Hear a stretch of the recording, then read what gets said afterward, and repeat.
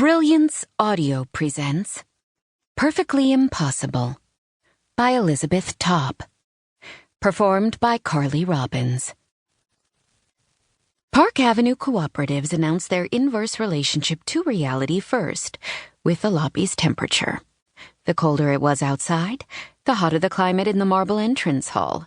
In the steamy heat of August, gusts of icy air escaped through the iron doors each time a white glove held them open. When the building's residents crossed the pavement from their town cars, they unavoidably experienced several seconds of weather, like everyone. But once inside, they could rest, instantly reassured of exclusive and constant comfort. The doors stayed wide open to the street on only a few ideal days each year, the climate inside and out equivalent. This day, a tooth-clacking 17 degrees, a hot blast hit Anna in the face as Brian held the door for her. "You made it! All this way in the snow," he remarked. "Gotta keep the wheels rollin', Bri."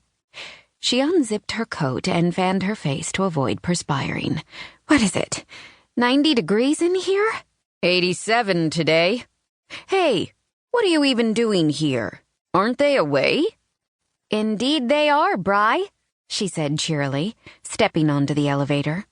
Brian pushed the button for her from the podium, and the Von Bizmark lower floor button, 8, illuminated itself with a tidy ding.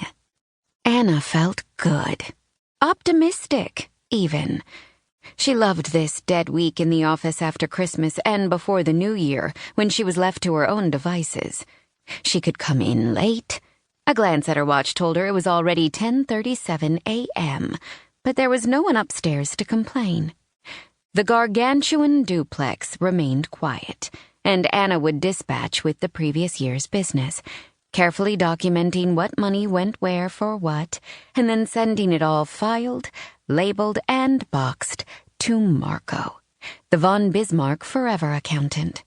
It was easy and cathartic work that never ran late, and Anna was always out the door and headed for her studio before 6.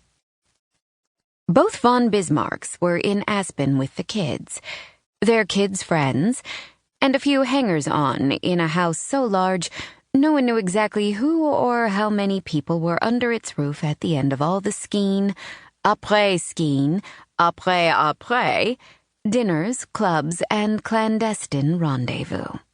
Anna had had to book 3 separate jets to carry the whole entourage back east, one to Boston, one to Exeter, and one to New York.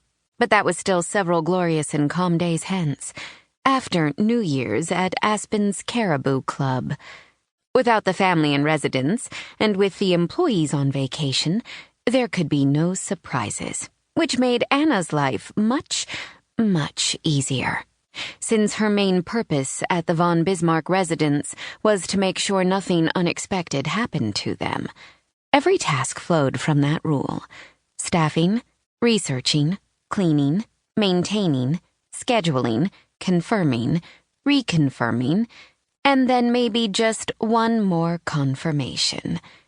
She could never know what exactly was going to be important to her employer on a moment-to-moment basis, which required her to keep tabs on an infinite number of details: phone calls, emails, letters, cards, flowers with cards, gifts with notes, requests, events, parties.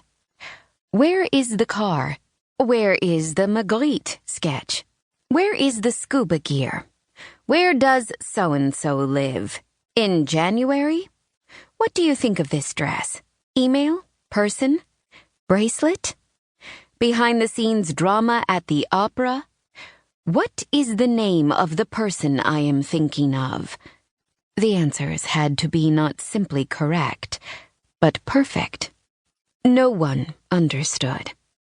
After 2 decades, Anna gave up trying to explain, mostly unbothered by what her friends, family, and the people she met at gallery openings and cocktail parties thought a private assistant actually did. Those 3 days each week supported her creative work,